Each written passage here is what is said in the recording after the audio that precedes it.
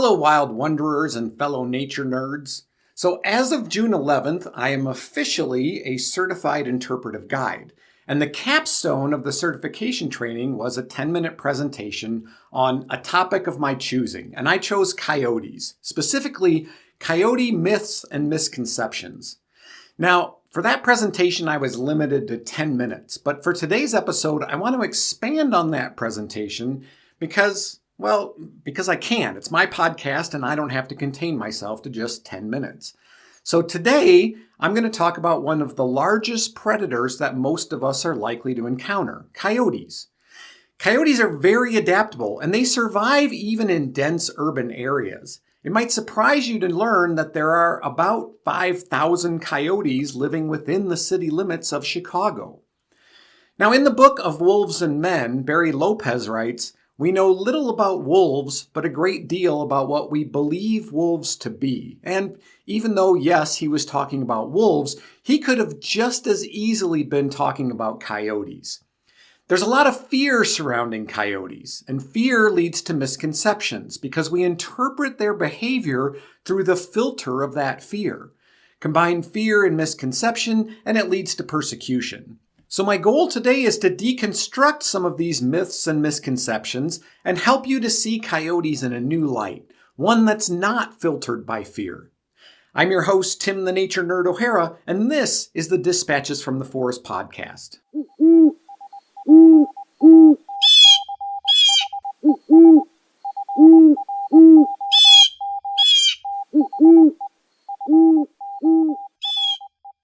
Have you ever heard coyotes howling in the wild?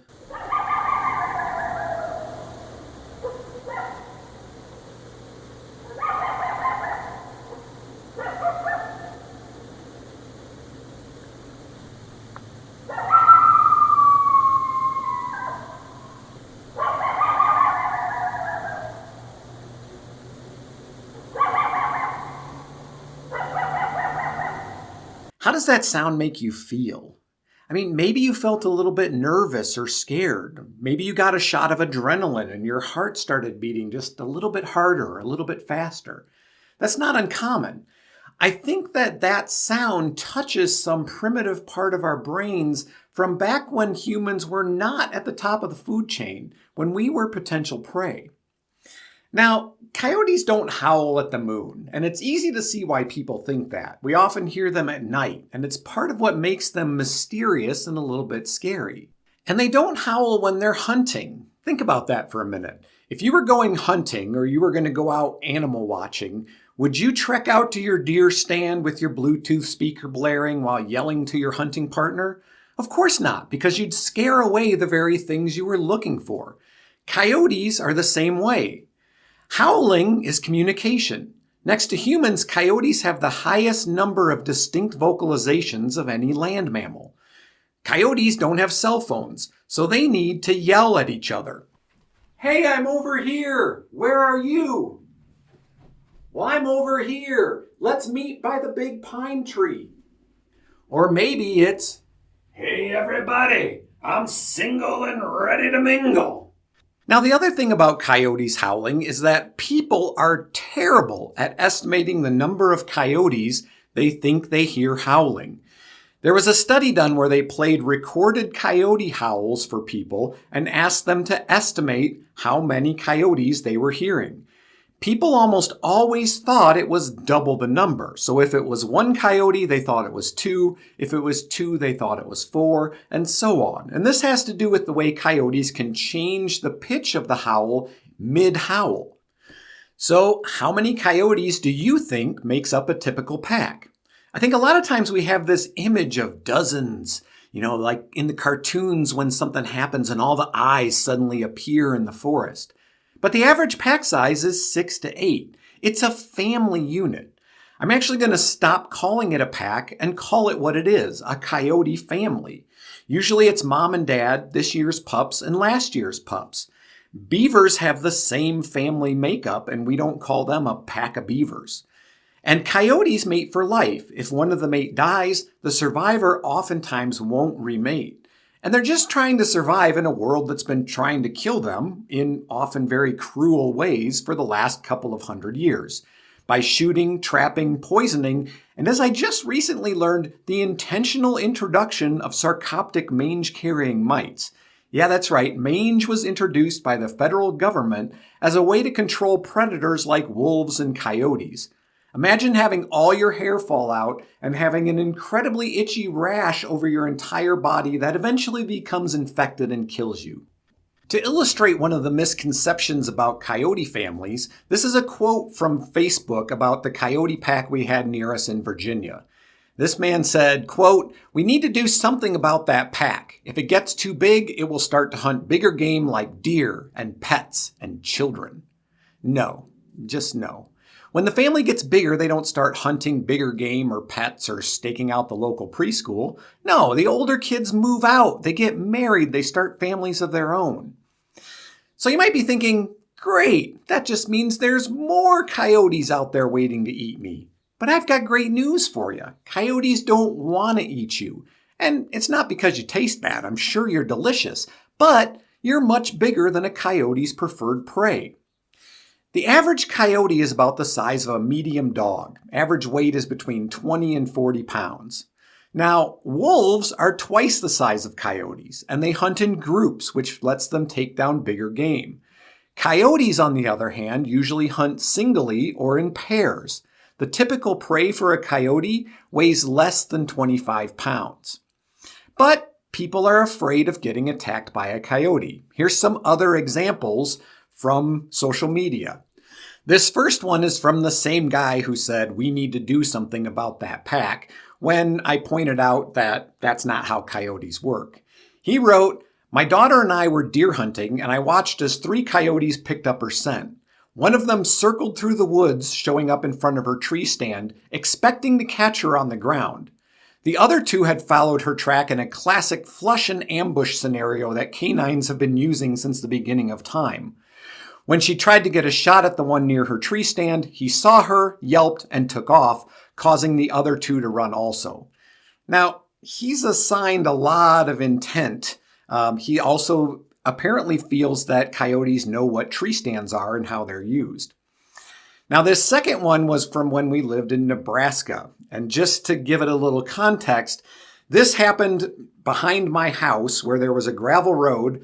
On the other side of that gravel road was 2,600 acres, including a nature center and a state wildlife area. This person wrote, "Everybody walking on Camp Gifford Road, beware. This morning I saw on my walk a coyote stalking me." A second person chimed in and said, "How big was the pack?" He responded, "I don't know, but I didn't stick around to find out." The second person came back with, "I'm always afraid of encountering one when I go out to my car early in the morning. That or a mountain lion." Now, I'm not going to get into the chances of encountering a mountain lion in Omaha, Nebraska. They do show up about once a decade. But the thing I love about this quote is the idea that, one, he saw a coyote who was, quote, stalking him, unquote. And second, how big was the pack? I don't know, but I didn't stick around to find out. It implies that he saw one coyote, but clearly there were many more hiding in the bushes just waiting. But these are examples of people misunderstanding coyote behavior. Coyotes do something called escorting. And escorting is exactly what it sounds like. It's following you fairly closely, but just watching to make sure that you leave their territory. So let's put the risk of getting attacked by a coyote into perspective. Man's best friend, domestic dogs, are responsible for about 4.5 million bites, 13,000 hospitalizations, and 30 to 50 deaths every year in the United States alone. Any guess how many people are bitten each year by coyotes in the US and Canada combined? The answer is 9 on average, and a lot of times several of those are the same animal. A few years ago in San Francisco, they had 4 or 5 coyote incidents, but it was all one animal that was responsible. So while there might be 9 bites a year, that might only represent 4 or 5 individual coyotes. And there hasn't been a death from a coyote attack in the United States since 1981.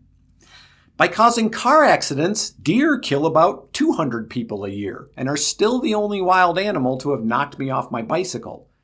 Every year in the United States, about 80 people are struck by lightning. So you're literally more likely to get struck by lightning than attacked by a coyote. Okay, so maybe coyotes are not a threat to us, but what about our pets?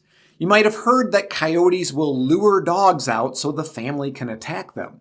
Let's explore this one from the perspective of both the dog and the coyote.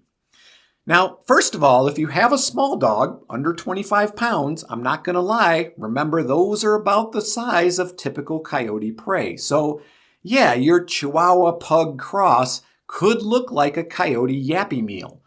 But there are easy ways to protect them, keeping them on a leash, a fenced yard with supervision, especially at night, or if you're really concerned, you can buy a predator vest, which is a spiked vest, which, as an added bonus, makes your dog look pretty badass. But what about bigger dogs? Think about this. If a dog chases a squirrel, would you accuse the squirrel of luring the dog to the tree? Probably not. That word lure is kind of loaded, isn't it? It suggests premeditation and a nefarious intent. Now you probably see where I'm going with this, but let's play it out. Think about how your dog or a dog that you know reacts to other dogs. Some dogs might be aggressive. I had a chocolate lab who just wanted to be friends with every dog and person he met. To your dog, a coyote is just another dog. And it's going to react in the same way it does to all the other dogs it meets, whether it's at the dog park or walking down the street. Maybe friendly, maybe not. But let's flip it and look at it from the coyote's point of view. He's out patrolling his turf, feeling a little snackish, and maybe he sees or smells Prince William Sparklebritches, your 80-pound AKC certified Labrador. What's he probably thinking? Well, he's probably thinking, uh-oh, who's that? Is that a threat to me or my mate or my pups? Is he going to compete with me for food or a den? So maybe he yips or howls, letting the family know to stay alert because there could be trouble a-brewing. And if Prince William Sparklebritches runs towards him, then what might the coyote be thinking? Well, he might be thinking, oh crap, stranger danger. It might even think your dog is a wolf, especially if the dog is bigger than he is. Wolves suppress coyotes, even sometimes killing and eating them. When wolves were reintroduced to Yellowstone, the coyote population was reduced by half within the first 2 years. So Coyote retreats, either to the safety of his family or to protect his family. I mean, if a 320-pound stranger started running at me aggressively, I'd retreat too. And similar to escorting, and I've witnessed this with my local coyotes, they'll run a short distance away, but then they'll stop and look back. But it seems more like an, are you following me and do I need to keep running or can I go about my business? Rather than some sort of challenge to keep following. But if Prince William Sparklebritches continues to chase, it could unfortunately lead to a fight. And then the coyote gets blamed for luring Prince William Sparklebritches into a trap. People want to believe that their family pet is just an innocent victim, but in the mind of the coyote, it was self-defense. They were protecting their family. Can you really blame them for protecting themselves and their family? I know I can't. And as responsible pet owners, we can take steps to protect our pets and coexist peacefully with coyotes. Okay, I hear you saying, but what about livestock? Don't coyotes kill chickens and sheep and lambs and calves? Again, yeah, maybe. But again, we can take steps to reduce the chances of coyote preying on livestock. I recently saw a social media post of a picture of a child in their living room holding a deer fawn. According to the caption, the mother of the child rescued this newborn baby from coyotes. Fortunately for me, other people were chastising her for taking food from the coyotes, probably one with pups back at the den. Yes, coyotes will prey on deer fawns. It's part of how they help control deer population. Remember those 200 people killed by deer? But should we villainize the coyote for providing for its family?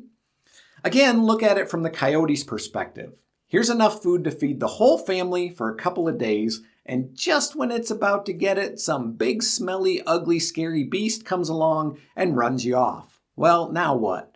Well, maybe you're getting desperate, so you venture into a place you would normally avoid because you know there's easy prey there. So now the coyote is doubly villainized, once for preying on the deer fawn, and again for going after somebody's chickens or goats or lambs or whatever. Worst case scenario, maybe the owner of the chickens shoots the coyotes. Worst case scenario, the owner of the chickens shoots any coyote he sees on his property just in case. A coworker of my wife's was talking about growing up on a ranch in Texas, and this was their attitude towards coyotes. If you see them, you kill them, just in case. But here's the thing. Killing coyotes is a terrible way to control their population. And I don't just say that from a pro-coyote perspective. It's actually counterproductive. Indiscriminate killing has a couple of problems. First, it can miss the individual that's actually the problem. So you might kill several coyotes, but the one preying on your chickens is still hanging around.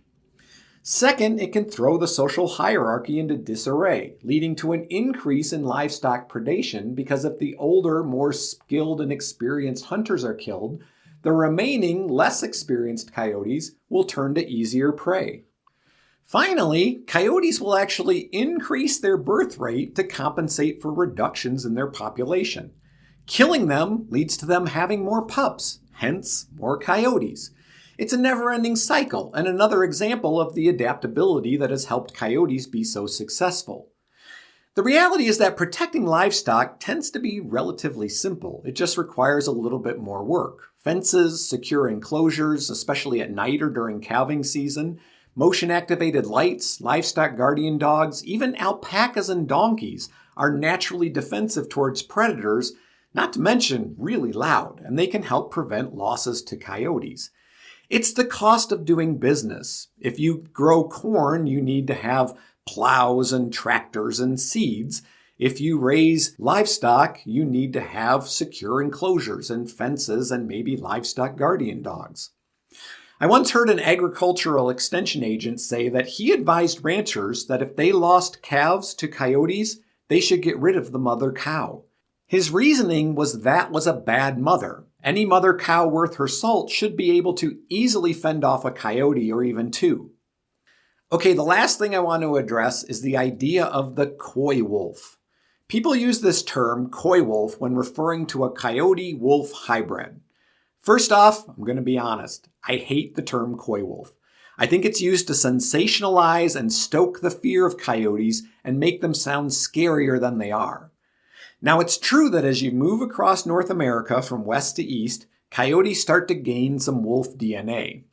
Now, I know I said earlier that wolves suppress coyotes, but as humans reduced wolf populations, well, from the wolf's perspective this time, beggars can't be choosy. If you can't be with the one you love the one you're with. I read an article where the author was advocating for this term as the designation of a separate species, and he made the argument that when referring to a hybrid animal, the name of the species with the greatest percentage of DNA comes first. But the way I look at it, the word itself, coy wolf, is half coyote, but all wolf, and the wolf part of the word is what people are going to focus on. But they're not half coyote and half wolf. The amount of wolf DNA found in coyotes maxes out at about 25%. There's also domestic dog DNA in that mix. Now, eastern coyotes do tend to be a little bit bigger than their western counterparts, but again, only by about 10 pounds. Now, some people will say that these bigger eastern coyotes hunt more like wolves, working as a group and taking bigger game. But I don't think there's any scientific evidence that supports this claim. Now, a while back, I read a study of eastern coyotes, and I couldn't find the exact reference again, but I remember reading that something like 95% of the adult deer carcasses that were visited by radio-collared eastern coyotes were already dead when the coyotes found them. And the remaining 5% were sick or injured and wouldn't have survived even if they hadn't been found by coyotes. So there's not really any evidence that these larger coyotes are working as a group to hunt healthy adult deer. Okay, a couple of final fun facts about coyotes just to illustrate how smart they are. Now, I've mentioned a couple times that wolves might kill coyotes, but when being chased by a wolf, a coyote will, if possible, run downhill and then at some point turn and run back up. Because the wolf is heavier, it has a harder time arresting its downhill momentum and turning back up the hill, which gives the coyote an advantage and a chance to escape. Now finally, coyotes and badgers are known to team up and hunt together, especially things like prairie dogs. Prairie dogs, when they see a coyote, will dive into their dens. But when spotting a badger, they'll run out of their dens. And by working together, badgers and coyotes have better hunting success. But it's more than just coincidentally hunting in the same place at the same time. There's many videos out there of badgers and coyotes traveling together, side by side, to get to where they're going to hunt. My favorite one is from a culvert under a highway in California. You first see the coyote come on camera, and he's standing there waiting, just kind of hanging out. And then he gets down on his front legs with his butt up in the air, his tail wagging, like you'd see any playful dog do.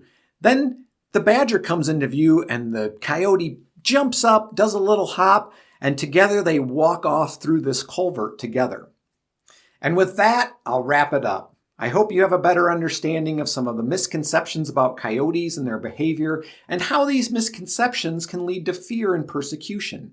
The truth is that a pack of coyotes is just a family, nurturing and protecting each other, trying to survive in a world that's pretty hostile towards them. Attacks on people are rare, and pets and livestock can be protected with a little bit of effort. If you want to learn more about coyotes, the book Ecology of the Coyote in the Yellowstone by Adolph Murray is a good one. It was written in 1940, so it's a little bit old, but it's the scientific foundation that eventually led to the reintroduction of wolves into Yellowstone, so it's kind of cool from that perspective.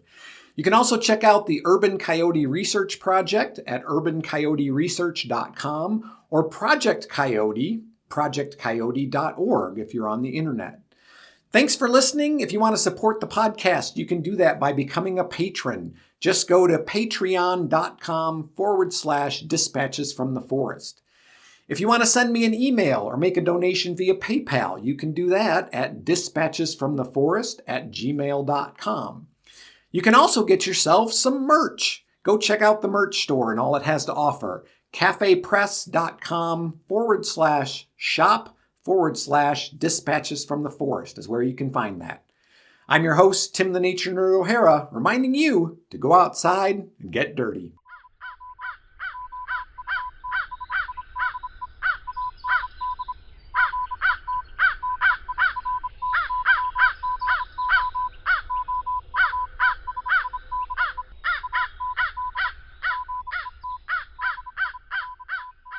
The Dispatches from the Forest podcast is a production of Dispatches from the Forest and may not be used or rebroadcast, whole or in part, without express written permission.